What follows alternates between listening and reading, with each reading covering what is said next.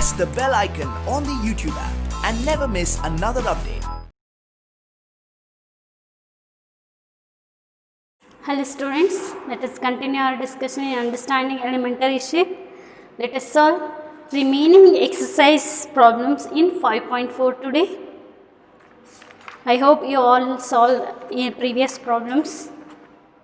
So let us take 8th question now. Find the measure of the angle shown in each figure. First estimate with your eyes and then find the actual measure with protractor. Find the measure of the angle ಅಂದರೆ ಆ ಡಯಾಗ್ರಾಮಲ್ಲಿ ಕೊಟ್ಟಿದ್ದಾರೆ, ಅದ್ರದ್ದು measure ಎಷ್ಟಿದೆ ಅಂತ find out ಮಾಡಬೇಕು. In each figure first estimate with your ice ಅಂದರೆ ನೀವು by ಐಸಿಂದ ನೋಡಿ ಎಸ್ಟಿಮೇಟ್ ಮಾಡಿ. ನೆಕ್ಸ್ಟು ಆ್ಯಕ್ಚುಯಲ್ ಮೆಷರ್ಮೆಂಟ್ ಎಷ್ಟಿದೆ ಅಂತ ಚೆಕ್ ಮಾಡಬೇಕು. ಏನು ಮಾಡ್ತೀರಿ, ನಿಮ್ಮ ಪ್ರೊಟ್ರಾಕ್ಟರ್ನ ತಗೊಳ್ತೀರಿ. ಪ್ರೊಟ್ರಾಕ್ಟರ್ನ ಸೆಂಟರ್ ಪಾಯಿಂಟ್ನ ನಿಮ್ಮ ಡಯಾಗ್ರಾಮ್ ಟೆಕ್ಸ್ಟ್ ಬುಕ್ಕಲ್ಲಿರೋ ಡಯಾಗ್ರಾಮ್ ಇದೆ, ಆ ಡಯಾಗ್ರಾಮ್ ಮೇಲೆ ಇಟ್ಟು ಮೆಷರ್ ಮಾಡ್ತಾ ಹೋಗ್ತೀರಿ. ಈ ಥರ ಇಟ್ಕೊಳ್ಳಿ. ಪ್ರೊಟ್ರಾಕ್ಟರ್ನ ನಿಮ್ಮ ಡಯಾಗ್ರಾಮಿನ ಸೆಂಟರ್ ಪಾಯಿಂಟಿಗೆ ತೊಗೊಂಡು ಮೆಷರ್ ಮಾಡ್ತಾ ಹೋಗ್ರಿ. ಫಸ್ಟ್ ಡಯಾಗ್ರಾಮ್ ನಮಗೆ ಅರೌಂಡ್ 40 ಡಿಗ್ರಿ ಬರುತ್ತೆ. ಫಸ್ಟ್ ಡಯಾಗ್ರಾಮ್ ಎಷ್ಟಿದೆ, 40 ಡಿಗ್ರಿ ಇದೆ. ಸೊ ಅದನ್ನ ಹೇಗೆ ಡ್ರಾ ಮಾಡಬೇಕು ಅಂತ ನಿಮಗೆ ಡೌಟ್ ಇರ್ಬೋದು. ನಿಮ್ಮ ಮೆಷರ್ಮೆಂಟ್ ಗೊತ್ತಿದೆ, ನಿಮಗೆ ಹೆಂಗೆ ಮೆಷರ್ ಮಾಡ್ಬೋದು ಅಂತ. ಟೆಕ್ಸ್ಟ್ ಬುಕ್ಕಲ್ಲೇ ಮೆಷರ್ ಮಾಡಬೇಕು. ಟೆಕ್ಸ್ಟ್ ಬುಕ್ಕಲ್ಲಿ ಮೆಷರ್ ಮಾಡಿದ್ಮೇಲೆ ಅದನ್ನ ನೋಟ್ಸಿಗೆ ಹೆಂಗೆ ಡ್ರಾ ಮಾಡೋದು ಅಂತ ಒಂದು ಪಾಯಿಂಟ್ ಇಟ್ಕೊಂಡು ಲೈನ್ ಹಾಕ್ಕೊಳ್ಳಿ. 0, 10, 20, 30, 40. 40ಗೆ ಒಂದು ಪಾಯಿಂಟ್ ಮಾರ್ಕ್ ಮಾಡ್ಕೊಳ್ರಿ. ಈ ಥರ ಬರ್ಕೊಳ್ತೀರಾ. ಸೊ ಈ 40ಗೆ ಆಲ್ರೆಡಿ ಒಂದು ಪಾಯಿಂಟ್ ಮಾರ್ಕ್ ಮಾಡ್ಕೊಂಡಿದ್ದೀನಿ ಅಲ್ಲ, ಇದನ್ನ ಜಾಯಿನ್ ಮಾಡಿ. This is 40 degree. Isn't it. Next measure ಮಾಡಿ. ಪ್ರೊಟ್ರಾಕ್ಟರ್ನ ಸೆಂಟರ್ ಪಾಯಿಂಟ್ನ ನಿಮ್ಮ diagram centre point centre line ಮೇಲೆ ಇಟ್ಕೊಂಡು ಮೆಷರ್ ಮಾಡಿದ್ರೆ ನಮಗೆ ಎಷ್ಟು ಬರುತ್ತೆ, 130 ಡಿಗ್ರಿ. ಸೊ 130 ಡಿಗ್ರಿನ ಡ್ರಾ ಮಾಡ್ತೀರಾ. ಹೇಗೆ ಡ್ರಾ ಮಾಡ್ತೀರಿ ಅಂದರೆ ಮೆಷರ್ ನೀವೇ ಪ್ರೊಟ್ರಾಕ್ಟರ್ನ ಇಟ್ಕೊಂಡು ಟೆಕ್ಸ್ಟ್ ಬುಕ್ಕಲ್ಲಿರೋ ಡಯಾಗ್ರಾಮ್ ಮೇಲೆ ಮೆಷರ್ ಮಾಡಬೇಕು. This is centre point. ಇಲ್ಲಿ 0 ಇದೆ. ಸೊ 0 ಅಂದರೆ ಕೆಳಗಡೆ ಲೈನ್ ತೊಗೊಳ್ತಾ ಹೋಗ್ತೀವಿ. 110, 120, 130. ಫಸ್ಟು ಡ್ರಾ ಮಾಡಿರಿ. ಇಲ್ಲಿ ಆಲ್ರೆಡಿ ಪಾಯಿಂಟ್ ಮಾರ್ಕ್ ಆಗಿದೆ 130 ಡಿಗ್ರಿಗೆ.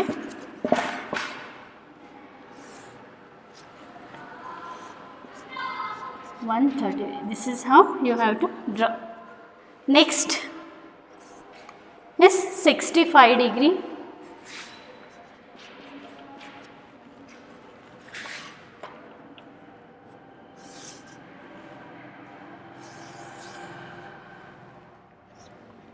ಝೀರೋ ಇದೆ. 10, 20, 30, 40, 50, 60, 65 ಅಂದರೆ ನಾನು ಟೆಕ್ಸ್ಟ್ ಬುಕ್ಕಲ್ಲಿ ಮೆಷರ್ ಮಾಡಿದ್ದೀನಿ. ನನಗೆ ಟೆಕ್ಸ್ಟ್ ಬುಕ್ಕಲ್ಲಿ ಪ್ರೊಟ್ರಾಕ್ಟರ್ ಇಟ್ಟು ಮೆಷರ್ ಮಾಡಿದೆ 65 ಡಿಗ್ರಿ ಬರ್ತಾಯಿದೆ. ಅದನ್ನ ನೋಟ್ಸಲ್ಲಿ ನಾನು ಈಗ ಬೋರ್ಡ್ ಮೇಲೆ ಹೆಂಗೆ ಡ್ರಾ ಮಾಡ್ತಾಯಿದ್ದೀನಿ ನೋಡಿ.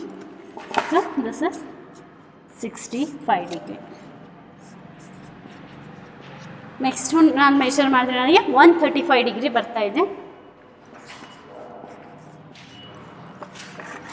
ಪ್ರೊಟ್ರಾಕ್ಟರ್ ಹೆಂಗಿದೆ ಅಂತ ಫಸ್ಟು ಡ್ರಾ ಮಾಡ್ಕೊಳ್ಳಿ. ಇಲ್ಲಿ ಸೆಂಟರ್ ಪಾಯಿಂಟ್ ಇರುತ್ತೆ ನಿಮ್ಮ ಪ್ರೊಟ್ರಾಕ್ಟರ್ಲಿ, ಆ ಸೆಂಟರ್ ಪಾಯಿಂಟ್ನ ಇಲ್ಲಿ ಮಾರ್ಕ್ ಮಾಡ್ಕೋಬೇಕು.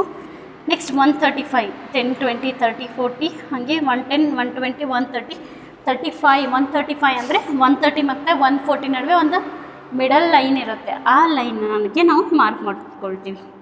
So that indicates 35. That is 135. ಇಲ್ಲಿ ಸೆಂಟರ್ ಪಾಯಿಂಟ್ನ ಮಾರ್ಕ್ ಮಾಡ್ಕೊಂಡಿರ್ತೀವಿ, ಇಲ್ಲಿ ಒಂದು ಪಾಯಿಂಟ್ನ ಮಾರ್ಕ್ ಮಾಡ್ಕೊಂಡಿರ್ತೀವಿ. ಈ ಎರಡು ಪಾಯಿಂಟ್ಸ್ನ ಜಾಯಿನ್ ಮಾಡ್ತಾ ಹೋಗ್ತೀವಿ. This is 135 degree. Is it clear how to draw the angles? So let us take 9th question. Find the angle measure between hands of the clock in each figure. 3 clock figure ಕೊಟ್ಟಿದ್ದಾರೆ, ಅದರಲ್ಲಿ angle ಎಷ್ಟಿದೆ ಅಂತ measure ಮಾಡಿರಿ ಅಂತ ಹೇಳಿದ್ದಾರೆ. So ಇಲ್ಲೂ ಅಷ್ಟೇ ನೀವು ಪ್ರೊಟ್ರಾಕ್ಟರ್ನ ಇಟ್ಕೊಂಡೇ ಮೆಷರ್ ಮಾಡ್ತಾ ಹೋಗಬೇಕು.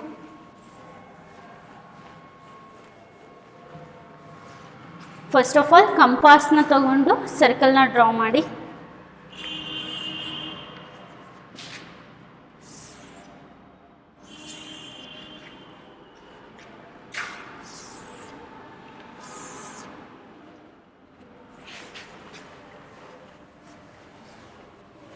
ಚಿಕ್ಕದಾಗಿ ಬರ್ಕೊಳ್ಳೋಣ, ಡ್ರಾ ಮಾಡೋಕ್ಕೆ ಈಸಿ ಆಗುತ್ತೆ.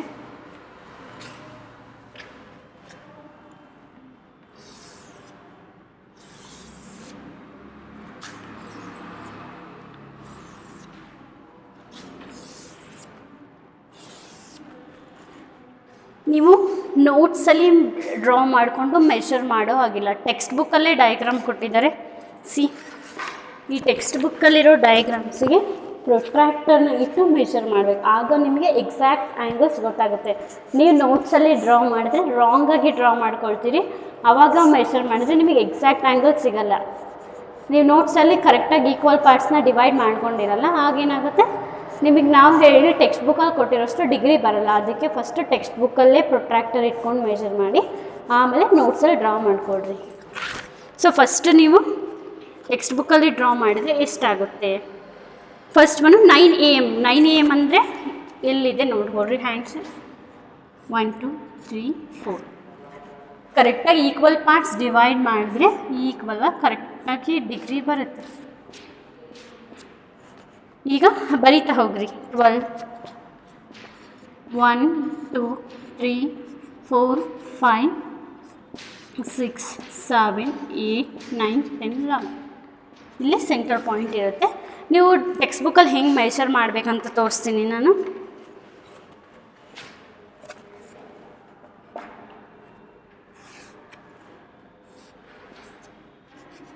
ಈಗ ಏನು ಮಾಡ್ತೀವಿ, ಪ್ರೊಟ್ರಾಕ್ಟರಲ್ಲಿ ಸೆಂಟರ್ ಪಾಯಿಂಟ್ ಇರುತ್ತಲ್ಲ, ಇದ್ರ ಸೆಂಟರ್ ಪಾಯಿಂಟ್ ಮೇಲೆ ಇಡ್ತೀರಿ. ಹಿಂಗೆ ಇಟ್ಕೊಂಡು ನೋಡಿ ಎಷ್ಟು ಬರ್ತಿದೆ ನಮಗೆ, 90 ಡಿಗ್ರಿ ಬರ್ತಿದೆ. So answer is 90 degree. ನಿಮ್ಮ ಪ್ರೊಟ್ರಾಕ್ಟರು ಟ್ರಾನ್ಸ್ಪರೆಂಟ್ ಇರುತ್ತೆ, ಅಂದರೆ ಹಿಂದ್ಗಡೆ ಏನಾಗುತ್ತೆ ಅಂತ ಕಾಣಿಸ್ತಾ ಇರುತ್ತೆ. ಅದರಲ್ಲಿ ನೀವು ಈಸಿಯಾಗಿ ಎಷ್ಟಿದೆ ಅಂತ ಹೇಳ್ಬೋದು. ಇಲ್ಲಿ ನಾವು ಇದ್ರ ಮೇಲ್ಗಡೆ ಇಟ್ಟಾಗ ನಮಗೆ ಎಕ್ಸಾಕ್ಟಾಗಿ ಕಾಣಿಸಲ್ಲ, ಯಾಕಂದರೆ ವುಡನ್ ಇದೆ ಅಲ್ವಾ, ಅದಕ್ಕೆ. ಸೊ ನೀವು ಪ್ರೊಟ್ರಾಕ್ಟರ್ ಇಟ್ಕೊಂಡು ಮೆಷರ್ ಮಾಡಿದರೆ ಎಕ್ಸಾಕ್ಟಾಗಿ ಎಷ್ಟು ಬರುತ್ತೆ, 90 ಡಿಗ್ರಿ. ನೆಕ್ಸ್ಟ್ ಎಷ್ಟಕ್ಕಿದೆ ನಮಗೆ, 1 PM ಇದೆ.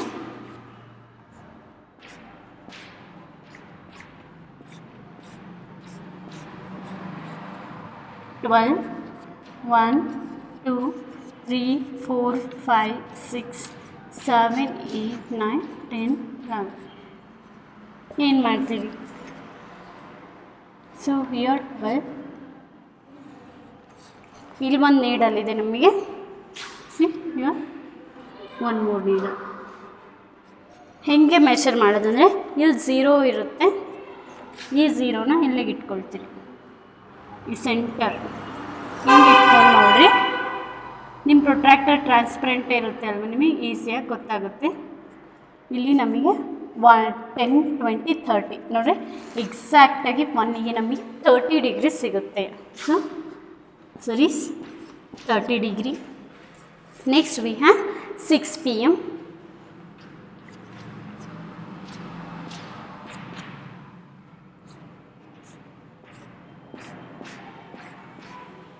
Twelve 1 2 3 4 5 6 7 8 9 10 11 12 6 PM ಅಂದರೆ ಇದು ಬೈ ಅಬ್ಸರ್ವೇಷನಿಂದನೇ ಹೇಳ್ಬೋದು. ನಮಗೆ ಸ್ಟ್ರೇಟ್ ಲೈನ್ ಇದೆ ಅಲ್ವಾ, ಸ್ಟ್ರೇಟ್ ಲೈನ್ ಇದ್ದರೆ ಯಾವುದು, ಸ್ಟ್ರೇಟ್ ಆ್ಯಂಗಲ್. ಸ್ಟ್ರೇಟ್ ಆ್ಯಂಗಲ್ ಅಂದರೆ ಎಷ್ಟು, 180 ಡಿಗ್ರಿ. ಅಥವಾ ನೀವು ಪ್ರೊಟ್ರಾಕ್ಟರ್ನ ಇಟ್ಕೊಂಡು ನೋಡ್ಬೋದು. ಇಲ್ಲಿ 0 ಸ್ಟಾರ್ಟ್ ಆಗಿ ಎಷ್ಟಕ್ಕೆ ಎಂಡ್ ಆಗಿದೆ, 180 ಡಿಗ್ರಿ. ಸೊ ಎಷ್ಟಿದೆ ಇದು, 180 degree. Is it clear? So this is the answer for 8th and 9th questions. So let us take next topic now, that is a perpendicular lines. You already learned about intersecting lines. Let us recall the definition of intersecting line. What is intersecting line? When two lines meet at one common point. ಈ ಯಾವುದಾದ್ರೂ ಎರಡು line ಒಂದು common ಪಾಯಿಂಟಲ್ಲಿ meet ಆದರೆ ನಾವು ಅದನ್ನ ಏನು ಹೇಳ್ತೀವಿ, intersecting line ಅಂತ ಹೇಳ್ತೀವಿ. ಬಟ್ ಪರ್ಪೆಂಡಿಕ್ಯುಲರ್ ಲೈನ್ಸ್ ಅಂದರೆ ಏನು ಅಂದರೆ,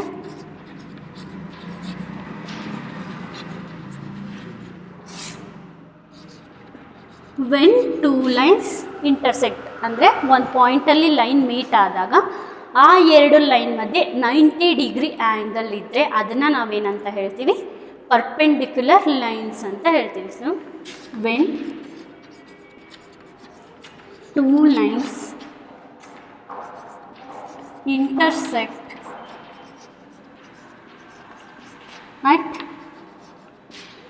right angle or 90 degree,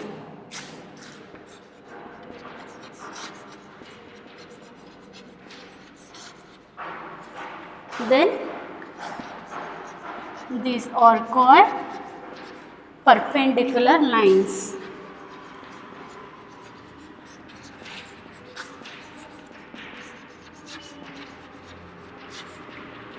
ಹಿಂಗೆ ಪರ್ಪೆಂಡಿಕ್ಯುಲರ್ ಲೈನ್ಸ್ನ ನೋಡೋದು ಅಂದರೆ ನಮಗೆ ಆಲ್ರೆಡಿ ಇಂಟರ್ಸೆಕ್ಷನ್ ಡೆಫಿನೇಷನ್ ಗೊತ್ತಿದೆ. Two lines meted one point. ಇದು ಒಂದು ಲೈನ್ ಅಂದ್ಕೊಳ್ರಿ, ಇದು L1, ಇದು L2. ಈ L1 ಮತ್ತು L2 ಲೈನ್ಸು ಇಂಟರ್ಸೆಕ್ಟ್ ಆಗ್ತಾ ಇದೆ. ಇಂಟರ್ಸೆಕ್ಷನ್ ಅಂದರೆ ಮೀಟ್ ಆಗ್ತಾ ಇದೆ. ಬಟ್ ಇಲ್ಲಿ 90 ಡಿಗ್ರಿ ಫಾರ್ಮ್ ಆಗಿದೆನಾ? 90 ಡಿಗ್ರಿ ಫಾರ್ಮ್ ಆಗಿಲ್ಲ. ಇದನ್ನ ನಾವೇನಂತ ಹೇಳ್ಬೋದು, ಇಂಟರ್ಸೆಕ್ಟಿಂಗ್ ಲೈನ್ಸ್ ಅಂತ ಹೇಳ್ಬೋದು. ಆದರೆ ಪರ್ಪೆಂಡಿಕ್ಯುಲರ್ ಲೈನ್ಸ್ ಅಂದರೆ ರೈಟ್ ಆ್ಯಂಗಲ್ ಫಾರ್ಮ್ ಆಗಬೇಕು, ಅಂದರೆ 90 ಡಿಗ್ರಿ ಇರಬೇಕು ಅಲ್ವಾ? ಸೊ ಪರ್ಪೆಂಡಿಕ್ಯುಲರ್ ಲೈನ್ಸ್ ಅಂದರೆ ಹೆಂಗಿರಬೇಕು ಅಂದರೆ, take this is line AB, ಇದು ಒಂದು ಲೈನು, ಈ ಲೈನ್ XY ಅಂತ ತಗೊಳ್ಳಿ. This is line XY. ಈ ಎರಡು ಲೈನ್ಸ್ನ ಪರ್ಪೆಂಡಿಕ್ಯುಲರ್ ಅಂತ ಹೇಳ್ಬೋದು. ಯಾಕೆ ಅಂದರೆ AB line XY line O ಅನ್ನೋ ಪಾಯಿಂಟಲ್ಲಿ ಮೀಟ್ ಆಗ್ತಾಯಿದೆ, ಹೌದಾ? ಈ ಪಾಯಿಂಟಲ್ಲಿ ಆ್ಯಂಗಲ್ ಎಷ್ಟಿದೆ? 90 ಡಿಗ್ರಿ ಇದೆ ಅಲ್ವಾ?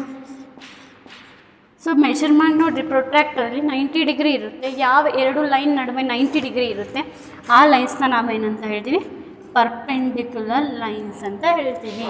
ಸೊ ಈ ಎರಡನ್ನೂ ನಾವೇನಂತ ಹೇಳ್ಬೋದು, ಪರ್ಪೆಂಡಿಕ್ಯುಲರ್ ಅಂತ ಹೇಳ್ಬೋದು. ಪ್ರತಿ ಸಲನೂ ಪರ್ಪೆಂಡಿಕ್ಯುಲರ್ ಅಂತ ಇಷ್ಟು ದೊಡ್ಡ ವರ್ಡ್ ಯೂಸ್ ಮಾಡೋ ಬದಲು ಒಂದು ಸಿಂಬಲ್ ಯೂಸ್ ಮಾಡ್ತೀವಿ. AB ಪರ್ಪೆಂಡಿಕ್ಯುಲರ್ ಅಂದರೆ ಈ ಥರ ಉಲ್ಟಾ ಟಿ ಬರಿತೀವಲ್ಲ, ಟೀನ ಈ ಥರ ಉಲ್ಟಾ ಮಾಡಬಾರ್ದು. ಇದು ಏನಾಗುತ್ತೆ, ಪರ್ಪೆಂಡಿಕ್ಯುಲರ್ ಸಿಂಬಲ್ ಆಗುತ್ತೆ. Is it clear? ಸೊ ಈ ಥರ ನಾವು ಪರ್ಪೆಂಡಿಕ್ಯುಲರ್ನ ಬರಿತೀವಿ. AB ಈ ಸಿಂಬಲ್ ಏನು ಇಂಡಿಕೇಟ್ ಮಾಡುತ್ತೆ, ಪರ್ಪೆಂಡಿಕ್ಯುಲರ್. AB ಯಾವುದಕ್ಕೆ ಪರ್ಪೆಂಡಿಕ್ಯುಲರ್ ಇದೆ? XYಗೆ. AB perpendicular to XY. This is about definition of perpendicular lines and this is how to represent the perpendicular lines. ನಾವು ಡೈಲಿ ಲೈಫಲ್ಲಿ ಕೂಡ ತುಂಬ ಎಕ್ಸಾಂಪಲ್ಸ್ನ ನೋಡ್ತೀವಿ. ಪರ್ಪೆಂಡಿಕ್ಯುಲರ್ ಎಲ್ಲ ಕಡೆಗೂ ಇರುತ್ತೆ. ನೀವು ಆಲ್ಫಾಬೆಟ್ಸ್ನೇ ತೊಗೋಬೋದು. If you take T, alphabet T ತೊಗೊಳ್ಳಿ. ಇದರಲ್ಲಿ ಇಲ್ಲಿ ಒಂದು ಲೈನ್ ಇದೆ, ಇವೆರಡು ನಡುವೆ ರೈಟ್ ಆ್ಯಂಗಲ್ ಇದೆ 90 ಡಿಗ್ರಿ. ಈ ಎರಡು ಲೈನ್ಸ್ ನಡುವೆ ಕೂಡ ರೈಟ್ ಆ್ಯಂಗಲನ್ನೇ. You can take a table top. ಒಂದು ಟೇಬಲ್ ಇದೆ, ಅದರ ಟಾಪ್ ಹೆಂಗಿರುತ್ತೆ, ಸ್ಕ್ವೇರ್ ಶೇಪಲ್ಲಿ ಇರುತ್ತೆ, ಸ್ಕ್ವೇರ್ ಆರ್ ರೆಕ್ಟ್ಯಾಂಗಲ್. ಆ ಎಲ್ಲ ಎಡ್ಜಸ್ ನಡುವೆ ಏನಿರುತ್ತೆ, 90 ಡಿಗ್ರಿ ಇರುತ್ತೆ ಅಲ್ವಾ? ಸೊ ಇದನ್ನ ಕೂಡ ಈ ಎರಡು ಸೈಡ್ಸ್ನ ನಾವು ಪರ್ಪೆಂಡಿಕ್ಯುಲರ್ ಅಂತ ಹೇಳ್ಬೋದು. ತುಂಬ ಕಡೆ ಯೂಸ್ ಮಾಡ್ತೀವಿ. ರೂಮ್ ತೊಗೊಳ್ಳಿ, ಎಲ್ಲ ಕಡೆಗೂ ಪರ್ಪೆಂಡಿಕ್ಯುಲರ್ ಲೈನ್ಸ್ ಇರ್ತಾವೆ. This is about perpendicular lines. Let us take exercise now, that is exercise 5.2. Remember the definition of perpendicular lines. What is definition? When two lines intersect at right angle. Right ಆ್ಯಂಗಲಲ್ಲಿ intersect ಆದರೆ ಏನು ಹೇಳ್ತೀವಿ ನಾವು? Perpendicular lines ಅಂತ ಹೇಳ್ತೀವಿ.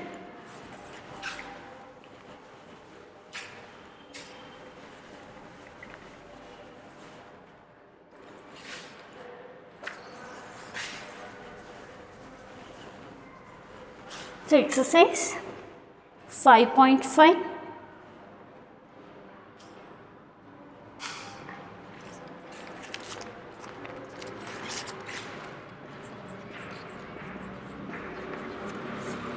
First question.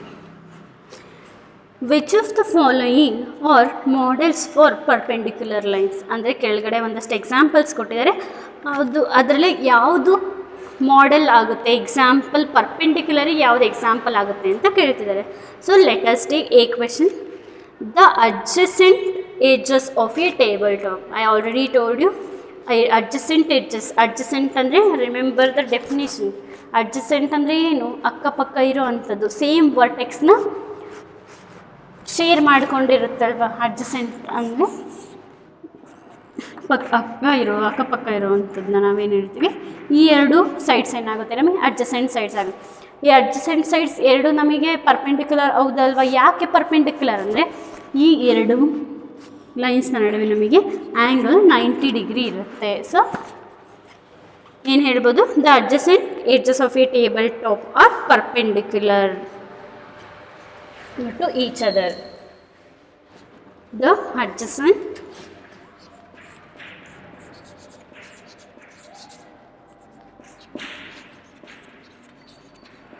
edges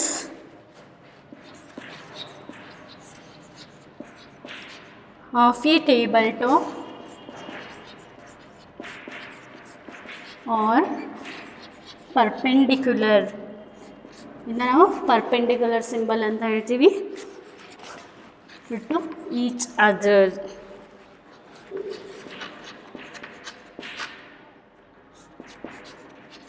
So this is for A question. Let us take B question. The lines of railway track. Imagine how the lines of railway track. ಹೀಗಿರುತ್ತೆ. ಯಾವಾಗಾದರೂ railway tax meet ಆಗುತ್ತಾ, ಅದೇ ಕ್ರಾಸಿಂಗ್ಸ್ ಬಂದಾಗ meet ಆಗುತ್ತೆ. ಆ concept ಬೇಡ ನಮಗೆ.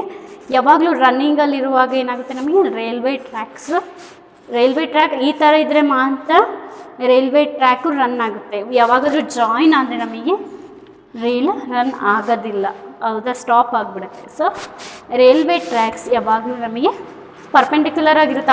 ಅವ್ರೇನು ಕೇಳ್ತಾರೆ, ಪರ್ಪೆಂಡಿಕ್ಯುಲರ್ ಆಗಿದೆನಾ. ಆ ರೈಲ್ವೆ ಟ್ರ್ಯಾಕ್ಸ್ ಯಾವಾಗಲೂ ಜಾಯಿನೇ ಆಗಲ್ಲ. ಸೊ ಹೌದಾ, ಕಂಟಿನ್ಯೂಸ್ ಆಗಿ ಪ್ಯಾರಲಲ್ ಆಗಿರುತ್ತೆ ಅಂತ ಹೇಳ್ತೀವಿ. ಪ್ಯಾರಲಲ್ ಲೈನ್ಸಿಗೆ ಡೆಫಿನೇಷನ್ ಗೊತ್ತಿದೆ ನಿಮಗೆ. When two lines never intersect, ಯಾವುದಾದ್ರೂ ಎರಡು ಲೈನ್ಸ್ ಇಂಟರ್ಸೆಕ್ಟೇ ಆಗಲ್ಲ ಅಂದರೆ ನಾವೇನು ಹೇಳ್ತೀವಿ, ಅದನ್ನ ಪ್ಯಾರಲಲ್ ಲೈನ್ಸ್ ಅಂತ ಹೇಳ್ತೀವಿ. ಸಿ, ರೈಲ್ವೆ ಟ್ರ್ಯಾಕ್ಸ್ ಲೈನ್ಸ್ ಯಾವಾಗಲೂ ನಮಗೆ ಪ್ಯಾರಲಲ್ ಆಗಿರುತ್ತೆ, ಅವು ಇಂಟರ್ಸೆಕ್ಟ್ ಆಗಲ್ಲ. ಸೊ ಅವನ್ನ ಏನು ಅಂತ ಹೇಳ್ಬೋದು, ಪ್ಯಾರಲಲ್ ಲೈನ್ಸ್ ಅಂತ ಹೇಳ್ಬೋದು, not perpendicular lines. Isn't it? ಈ ಎರಡು ಲೈನ್ಸ್ ಮಧ್ಯೆ 90 ಡಿಗ್ರಿ ಫಾರ್ಮ್ ಆಗಿಲ್ಲ, ಸೊ ಅದನ್ನ ನಾವು ಪರ್ಪೆಂಡಿಕ್ಯುಲರ್ ಲೈನ್ಸ್ ಅಂತ ಹೇಳಲ್ಲ. The lines of railway track. The lines of a railway track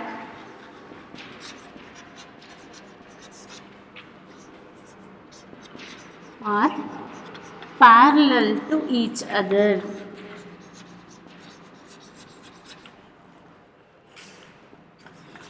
So this is about B question.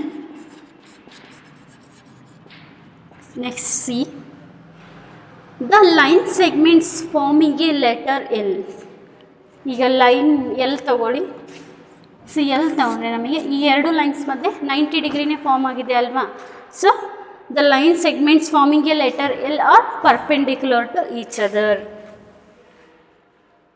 90 degree form ಆಗುತ್ತೆ. So the line segments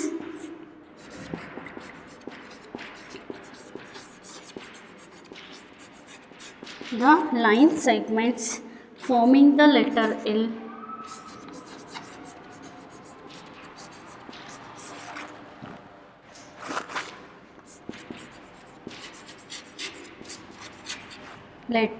L are perpendicular to each other.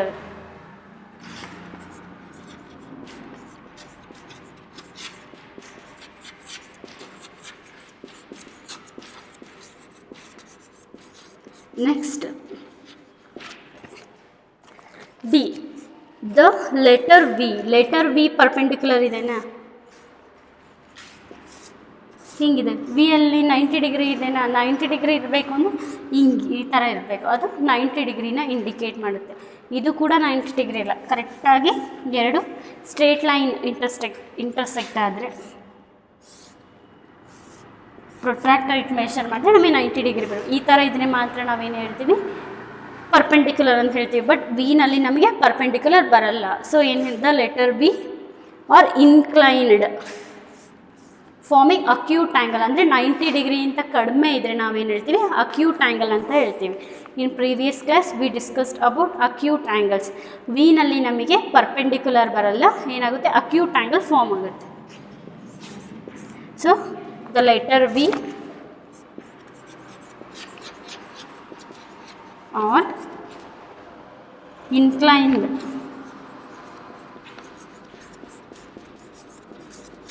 forming a acute angle.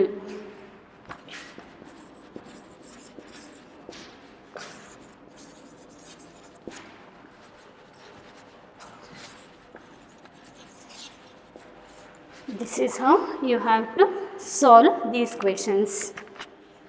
ಇಲ್ಲಿ which of the following are models for perpendicular lines ಅಂತ ಹೇಳಿದರೆ ನಾವೇನು ಹೇಳ್ಬೋದು, A and C, A ಮತ್ತು C ಮಾತ್ರ ನಮಗೆ perpendicular ಮಾಡೆಲ್ಸ್ನ form ಮಾಡಿದೆ, ಉಳಿದಿರೋದು ಪರ್ಪೆಂಡಿಕ್ಯುಲರ್ ಮಾಡೆಲ್ಸ್ನ ಫಾರ್ಮ್ ಆಗಿಲ್ಲ. ಒಂದು ಪ್ಯಾರಲಲ್ ಇದೆ, ಇನ್ನೊಂದು ಅಕ್ಯೂಟ್ ಆ್ಯಂಗಲ್ನ ಫಾರ್ಮ್ ಮಾಡಿದೆ. Is it clear? So let us take second question. Let P Q bar be the perpendicular to the line segment X Y bar. PQ bar be the perpendicular to the line segment XY bar. Let PQ bar and XY bar intersect in the point A. What is the measure of angle PAY ಅಂತ ಹೇಳ್ತಿದ್ದಾರೆ. Let PQ bar ಅಂತ ಕೊಟ್ಟರೆ ಏನು indicate ಮಾಡುತ್ತೆ, line ಅಂತ. ಆ PQ ಅನ್ನೋದು ಒಂದು line perpendicular to the line segment XY ಅಂದರೆ PQ ಅನ್ನೋ ಲೈನಿಗೆ XY ಪರ್ಪೆಂಡಿಕ್ಯುಲರ್ ಆಗಿರುತ್ತೆ, ಅಂದರೆ ಅವೆರಡು ಲೈನ್ ನಡುವೆ 90 ಡಿಗ್ರಿ ಫಾರ್ಮ್ ಆಗಿರುತ್ತೆ. So let P Q bar and X Y bar intersect at point A. ಆ ಪಿ ಕ್ಯೂ ಅನ್ನೋ ಲೈನು ಮತ್ತು ಎಕ್ಸ್ ವೈ ಅನ್ನೋ ಲೈನು ಎಲ್ಲಿ ಮೀಟ್ ಆಗಬೇಕು, ಪಾಯಿಂಟ್ ಎನಲ್ಲಿ ಮೀಟ್ ಆಗಬೇಕು. ಸೊ ಆ ಪಾಯಿಂಟ್ ಎನಲ್ಲಿ ಎಷ್ಟು ಆ್ಯಂಗಲ್ ಫಾರ್ಮ್ ಆಗುತ್ತೆ ಅಂತ ಕೇಳ್ತಿದ್ದಾರೆ. Angle P A Y. So if you write the diagram, you can easily answer the question.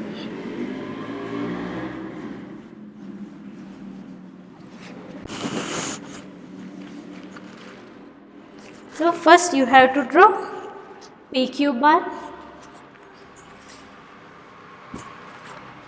Second question,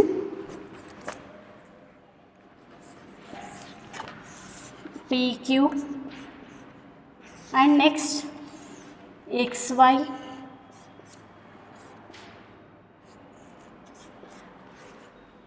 Let PQ bar and XY bar intersect at point A. Intersect ಅಂದರೆ ಈ meeting ಪಾಯಿಂಟ್ನ intersection point ಅಂತೀವಿ.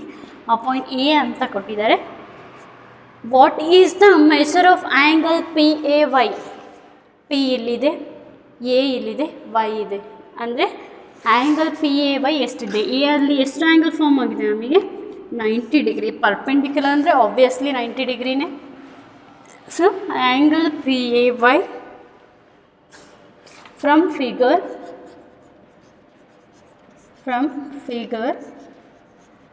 angle PAY is equals to 90 degree. This is the answer for second question. Let us take third question. There are two set squares in your box. What are the measures of the angles that are formed at the corners, and do they have any angle measures that is common ಅಂತ ಹೇಳ್ತಿದ್ದಾರೆ. ಅಂದರೆ there are two set squares in your box. ಅಂದರೆ ನಿಮ್ಮ geometry ಬಾಕ್ಸಲ್ಲಿ ಒಂದು protractor ಇರುತ್ತೆ, ಒಂದು scale ಇರುತ್ತೆ, ಎರಡು ಸೆಟ್ ಸ್ಕ್ವೇರ್ಸ್ ಇರುತ್ತೆ, ಒಂದು ಕಂಪಾಸ್ ಮತ್ತು ಒಂದು ಡಿವೈಡರ್ ಇರುತ್ತೆ. So I show you set squares ಹೆಂಗಿರುತ್ತೆ ಅಂತ ತೋರಿಸ್ತೀನಿ. ಸೊ ಆ ಸೆಟ್ ಸ್ಕ್ವೇರ್ಸಲ್ಲಿ ಏನಾಗುತ್ತೆ, what are the measures of the angles that are formed at the corners. ಕಾರ್ನರಲ್ಲಿ ಎಷ್ಟೆಷ್ಟು ಆ್ಯಂಗಲ್ ಫಾರ್ಮ್ ಆಗುತ್ತೆ ಅಂತ ಕೇಳ್ತಿದ್ದಾರೆ. And do they have any angle measure that is common ಆಗಿ ಯಾವುದಾದ್ರೂ ಮೆಷರ್ಮೆಂಟ್ ಇದೆನಾ ಅಂತ ಕೇಳಿದ್ದಾರೆ. ಸೊ ನಿಮ್ಮ ಜಿಯೋಮೆಟ್ರಿ ಬಾಕ್ಸಲ್ಲಿ ಈ ಥರ ಟ್ರಯಾಂಗಲ್ ಶೇಪಿನ ಇನ್ಸ್ಟ್ರೂಮೆಂಟ್ಸ್ ಇರುತ್ತೆ. ಸೊ ಇದನ್ನ ನಾವೇನಂತ ಹೇಳ್ಬೋದು, ಈ ಶೇಪಲ್ಲಿ ಇರುತ್ತೆ ಅಲ್ವಾ, ಇದನ್ನ ಏನು ಹೇಳ್ತೀವಿ ನಾವು, ಸೆಟ್ ಸ್ಕ್ವೇರ್ಸ್ ಅಂತ ಹೇಳ್ತೀವಿ. ಈ ಎರಡು ಇನ್ಸ್ಟ್ರೂಮೆಂಟ್ಸ್ನ ಸೆಟ್ ಸ್ಕ್ವೇರ್ಸ್ ಅಂತ ಹೇಳ್ತೀವಿ. ಈ ಸೆಟ್ ಸ್ಕ್ವೇರ್ಸಲ್ಲಿ ಎಷ್ಟು ಆ್ಯಂಗಲ್ ಫಾರ್ಮ್ ಆಗುತ್ತೆ ಅಂತ ಕೇಳ್ತಿದ್ದಾರೆ. ಗೊತ್ತಾಯ್ತಾ? ಇವು ಎರಡು ಏನು ಸೆಟ್ ಸ್ಕ್ವೇರ್ಸ್ ಅಂತ ಹೇಳ್ತೀವಿ. ಸೊ ಈ ಸೆಟ್ ಸ್ಕ್ವೇರ್ಸ್ ಅಂದರೆ ಏನು ಅಂತ ಗೊತ್ತಾಯಿತು. ಈ ಸೆಟ್ ಸ್ಕ್ವೇರ್ಸ್ನ ಏನಕ್ಕೆ ಯೂಸ್ ಮಾಡ್ತಾರೆ ಅಂದರೆ ಪ್ಯಾರಲಲ್ ಲೈನ್ಸ್ನ ಡ್ರಾ ಮಾಡೋದಕ್ಕೆ ಯೂಸ್ ಮಾಡ್ತಾರೆ. ನೀವು ಹೈಯರ್ ಕ್ಲಾಸಸ್ಸಲ್ಲಿ ಹೋದರೆ ಪ್ರೊಟ್ರಾಕ್ಟರ್ನ ಹೆಂಗೆ ಯೂಸ್ ಮಾಡ್ತೀರಿ, ಇದನ್ನು ಅದೇ ಥರ ಯೂಸ್ ಮಾಡೋದನ್ನು ಕಲಿತೀರಾ. ನೋಡಿರಿ, ಇದು ನಮಗೆ ಟ್ರಯಾಂಗಲ್ ಶೇಪ್ ಬರುತ್ತೆ. ಹಿಂಗೆ ಇಟ್ಕೊಂಡು ನೋಡಿರಿ.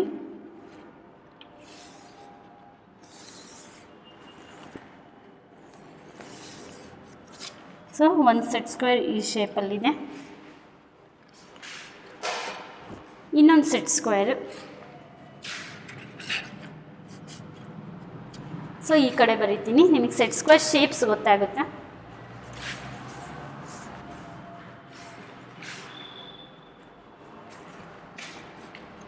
ಈ ಎರಡು ಸೆಟ್ ಸ್ಕ್ವೇರ್ ಸೇರಿದ್ರೆ ನಮಗೆ ಒಂದು ಸ್ಕ್ವೇರ್ ಶೇಪ್ ಬರುತ್ತೆ. ಇದು ಟ್ರಯಾಂಗಲ್ ಅಲ್ವಾ? ಯಾಕೆ ಟ್ರಯಾಂಗಲ್ ಅಂದರೆ ನಮಗೆ 3 ಸೈಡ್ಸ್ ಇರುತ್ತೆ. ನೋಡಿ, ಇದರಲ್ಲಿ ಆ್ಯಂಗಲ್ಸ್ ಈಸಿಯಾಗಿ ಗೊತ್ತಾಗುತ್ತೆ ಅಲ್ವಾ? ಇಲ್ಲಿ ನಮಗೆ ಎಷ್ಟು ಫಾರ್ಮ್ ಆಗಿದೆ? 90 ಡಿಗ್ರಿ ಫಾರ್ಮ್ ಆಗಿದೆ. ಅದೇ ಥರ ಈ ಸೆಟ್ ಸ್ಕ್ವೇರ್ನ ಬರೆಯೋಣ.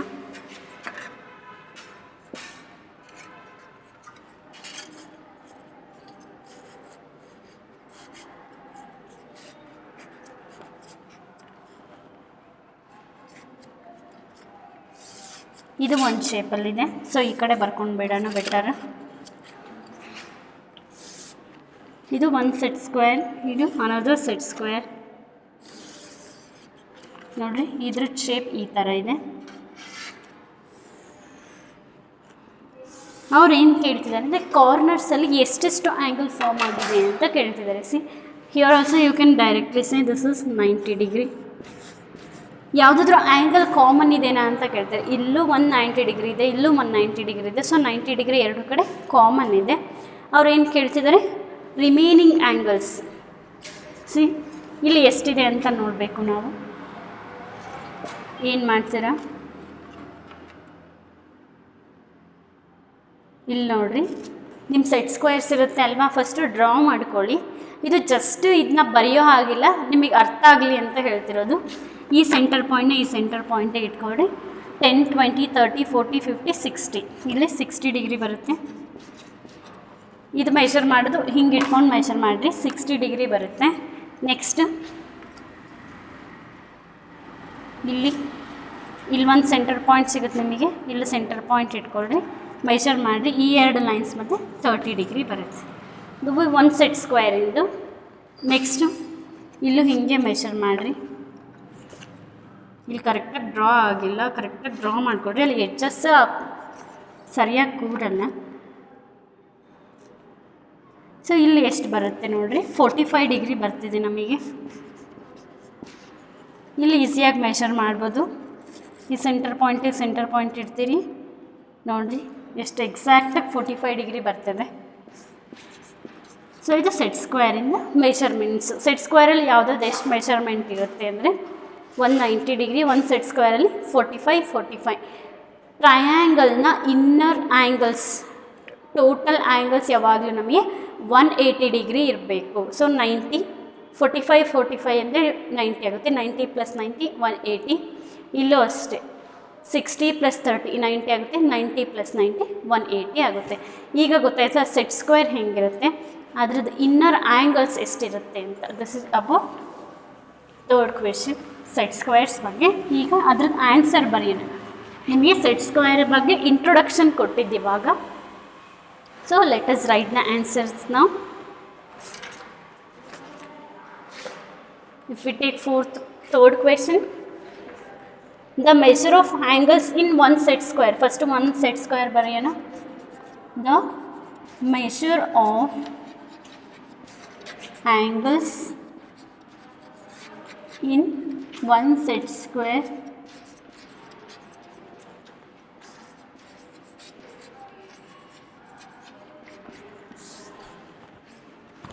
(30, 60, 90)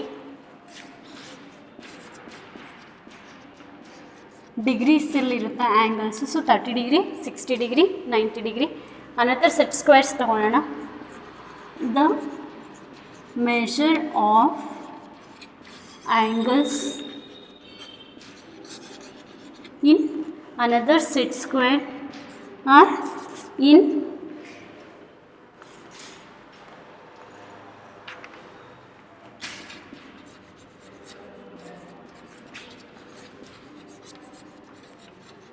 how much? 45, 45, 90.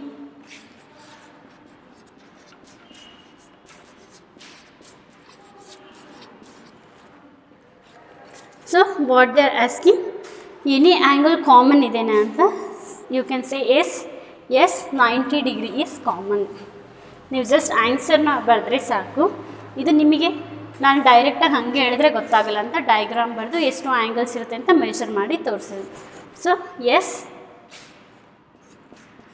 90 degree is common between them.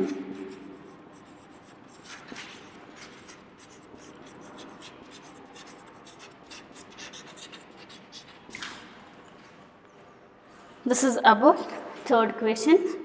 Thank you students. Let us solve remaining problems in the next class. Thank you.